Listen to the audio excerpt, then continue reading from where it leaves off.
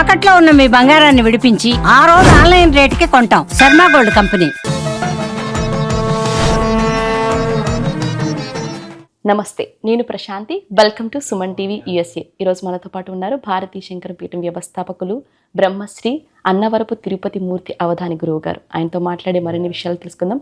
అలాగే ఆషాఢం యొక్క విశిష్టత, ఆషాఢ మాసంలో ఎలాంటి పాటించాలనే విషయాలు కూడా ఆయన అడిగి తెలుసుకుందాం. నమస్కారం గురువుగారు. ఓం శ్రీ మహాగణాధిపతయే నమః. అలాగే గురుగారు, ఇంతకు ముందు మీరు చెప్పినట్టుగా మెగ్నీలో రుద్రయాగం చేస్తున్నారు ఆషాఢ మాసంలో ప్రత్యేకంగా అని చెప్పాను కదా. సో ఆషాఢ మాసం అనే కాకుండా రుద్రయాగం అనేది ఎక్కువగా వింటూ ఉంటాం. అవును. ఆషాఢ మాసంలో ఈ రుద్రానికి ఎందుకు అంత ప్రాముఖ్యత? ఒకవేళ ఇది మీరు చేస్తున్నందుకు నిజంగా భక్తులకి ఎటువంటి ఫలితాలను ఇస్తుంది పాల్గొంటే? ముందు వాళ్ళు ఏదో రుద్రయాగం చేస్తున్నారు కదా, మనం కూడా డబ్బులు కట్టేద్దాం, పాల్గొందాం అంటే ఉపయోగం లేదు. అసలు రుద్రం అంటే ఏమిటి అనేటువంటి విషయం ముందు తెలుసుకోవాలి. రుద్రం అనగా భద్రతకి మూలం. భద్రత అంటే అన్ని రకాలుగా ఉంటుంది కదా, సెక్యూరిటీ. ఇది ఒక్కటే ఉంటే సెక్యూరిటీ కాదు కదండి, అన్ని వైపుల నుంచి ఉండేటువంటిది సెక్యూరిటీ. అందులోనూ రుద్రం అనేటువంటి దాన్ని నమ్మకం అంటారమ్మా. శ్రీరుద్ర నమ్మకం అంటారు. ఈ నమ్మకంలో మొత్తం అది క్వశ్చన్ ఒకటే అనుకుందాం, ఆన్సర్స్ 27 ఉంటాయి లోపల. దీనికి ఉన్నటువంటి గొప్పతనం ఏమిటి అని అంటే, మనకు ఉన్నటువంటివి నక్షత్రాలు 27. ఆ 27 నక్షత్రాలకి అధిదేవతలు ప్రత్యధిదేవతలు ఉంటారు. తర్వాత ప్రాజాపత్యాది నవ ఋషులు అని ఉంటారమ్మా. వాళ్ళకు అధి ఋషులు ప్రత్యధి ఋషులు కలిపి 27. మనకు నవదుర్గలు పేరు విన్నాం మనం. ఈ నవదుర్గలు కూడా అధిదేవత ప్రత్యధిదేవతతో కలిపితే 27. 27 అనేటువంటిది ప్రమాణ మూలము అని అంటారు. అంటే ఈ 27 నక్షత్రాలు కాకుండా మరొక నక్షత్రంలో ఏ మనిషి జన్మించడు. కనుక జన్మించినటువంటి ప్రతి వ్యక్తి తన 60-70 సంవత్సరాల జీవితంలో ఈ 11 రోజులు మనది కాదు అనుకొని ఆ రుద్రాన్ని ఆరాధించడం వలన కనీస మాత్రం 9 సంవత్సరాల 15 రోజుల పాటు తన జీవితమునందు కష్టం నష్టం అనేటువంటి పదం వినరమ్మ. అంత ఉచ్చ స్థితిలో తన జీవితం ఉంటుంది. అందులో ఒక్కొక్క మాసానికి ఒక్కొక్క విధానం ఉంటుంది. ఆషాఢ మాసంలో గొప్పతనం ఏమిటి అంటే, ఓం నమో భగవతే రుద్రాయ, ఓం భూర్భువస్వ, ఓం నం అని మనం ఒక్కసారి చేస్తే రుద్రం మొత్తం 11,000 సార్లు చేసిన ఫలితం మనకు వస్తుంది. అటువంటిది శతరుద్రం చేస్తున్నామనంటే ఎన్ని లక్షలలో ఆ ఒక్క మంత్ర ఫలం మనకు వస్తుంది అనేటువంటి విషయాన్ని కూడా మనం చాలా జాగ్రత్తగా పరిశీలించుకోవాలి. ఉదయం 366 శివలింగాలకు అభిషేకం జరుగుతుంది రుద్రంతో. మధ్యాహ్న సాయంత్రం సమయంలో రుద్రుడికి విశేషంగా హోమం జరుగుతుంది. రుద్ర హోమం, శతరుద్రంతో హోమం జరుగుతుంది. 11 రోజులు పూర్తి అయిన పిదప ఈ 11 రోజుల పాటు ఏ ఒక్క రుద్రాభిషేకంలో చంద్రమౌళీశ్వర స్ఫటికలింగంతో మనం అభిషేకం చేసి ఉన్నామో అందులో పాల్గొన్న ప్రతి ఒక్కరికి కూడా ప్రసాదంగా ఆ శివలింగాన్ని అందజేయడం జరుగుతుందమ్మా. ఎందువలన ఇవ్వాలి అని అంటే, ఏ ఇంట్లో అయితే కనుక స్ఫటికం ఉంటుందో, స్ఫటికం అంటే ఏంటి?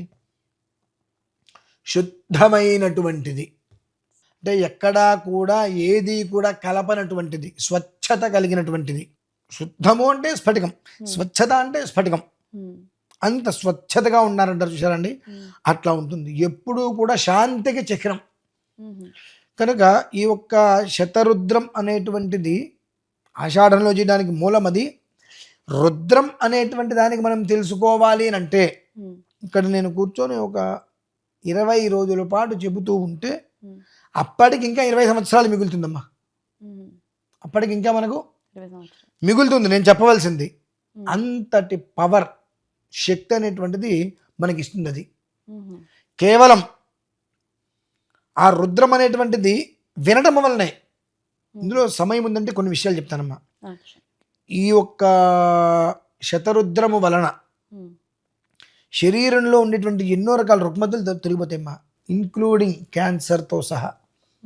ఎట్లా అండి అంటే, జనాలు వింటున్నారు కదా అని ఇష్టం వచ్చినట్టు చెప్పేస్తారా? ఓకే, మంచిది, వినట మానేయండి, అనుభవించండి. నన్ను నేనేం చేస్తా? ఎందువల్లనంటే నా రుద్రో రుద్రమర్చయేతు అన్నారు. రుద్రుడు కానటువంటి వ్యక్తి రుద్రుడిని అర్చించడానికి అర్హత లేదు. ఎవరైనా సరే, మీరు కావచ్చు, నేను కావచ్చు, ఆయన కావచ్చు, XYZ ఎవరైనా సరే, దానికి మహన్యాసం అని ఒకటి ఉంటుందమ్మా. ఆ మహన్యాసంలో ఆ ఒక మనిషికి ఇక్కడి నుంచి శిఖ నుంచి పాదాల వరకు ప్రతి ఒక్క అంగాన్ని ఒక్కొక్క మంత్రంతో స్పృశించాలి. షోడశాంగ రౌద్రీకరణం, దశాంగ రౌద్రీకరణం, ఆత్మరక్ష అని ఒక్కొక్కటి చెప్తుంటాయి. శిఖ శిరశ్చ మూర్ధా చ లలాటం నేత్ర కర్ణకౌ ముఖంచ కంఠ బాహూ చ హృతు నాభి కటిస్తథా ఊరు జాను జంఘపాదౌ షోడశ అంగస్థలాన్ని అని చెప్పి శిరస్సు నుంచి మొదలు పెడితే, వెనక నుంచి శిఖస్థానం నుంచి మొదలు పెడితే శరీరంలో ఉండేటువంటి ప్రతి ఒక్క భాగాన్ని కూడా ఒక్కొక్క మంత్రంతో స్పృశించుకోవడం.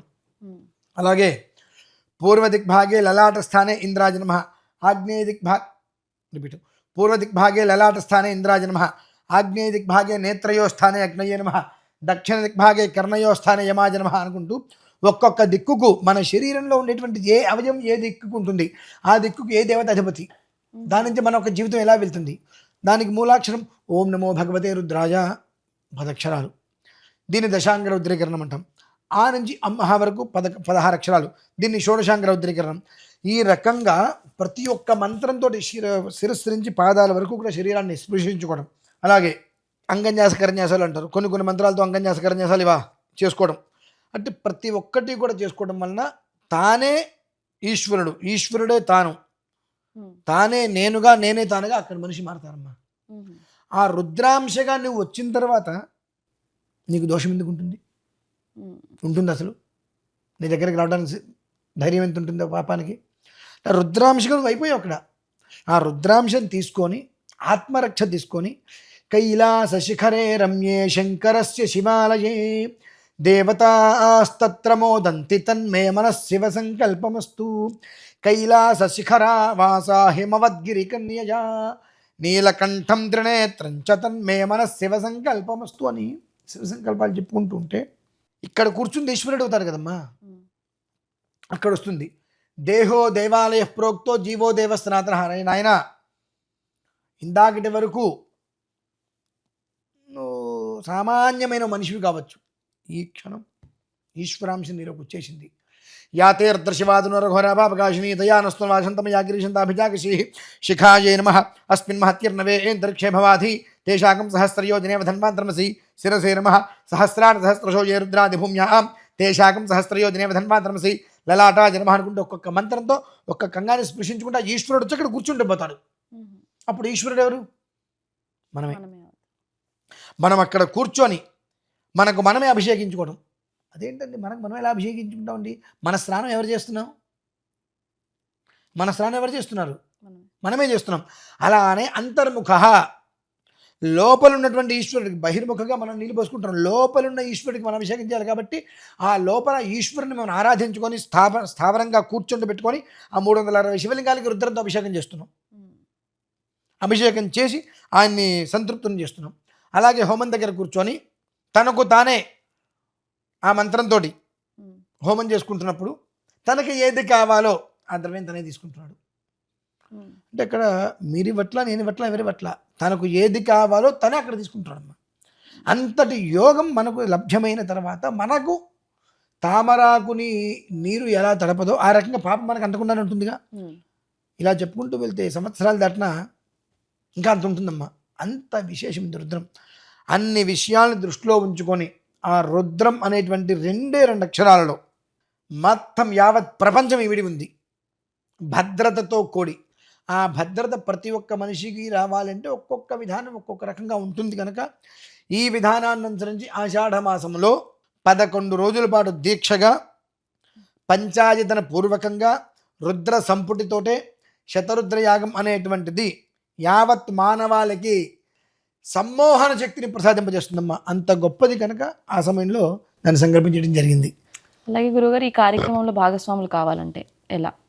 ఉందమ్మా, ఫోన్ నెంబర్కి కాల్ చేస్తే సమయము, వాళ్ళు 11 రోజులు ఉంటారా, ఎన్ని రోజులు అక్కడ వచ్చి వాళ్ళు చేసుకోగలుగుతారు, వాళ్ళ గోత్రనామాలు మనకి ఎలా అందాలనే విషయాలు మొత్తం కూడా వాళ్ళకి ఫోన్లో చెప్పి వాళ్ళకి ఒక స్లిప్ ఇవ్వడం జరుగుతుంది. అందులో మొత్తం రాసి వాళ్ళు అందించేసేసి ఫలానా రోజు మేము రాగలుగుతాము అని చెబితే దానికి తగ్గ ఏర్పాట్లు అక్కడ మనం చేయడం కుదురుతుంది. ఓకే. అది విషయం. చాలా చక్కని విషయాలు తెలియజేశారని ధన్యవాదాలు. చూసారు కదా, ఆషాఢ శతరుద్ర మహోత్సవం గురించి గురువుగారు చాలా చక్కగా వివరించారు. ఈ కార్యక్రమంలో మీరు కూడా పాల్గొనాలి అనుకుంటే స్క్రీన్పై కనిపిస్తున్న నెంబర్కి కాల్ చేసి సంప్రదించగలరు.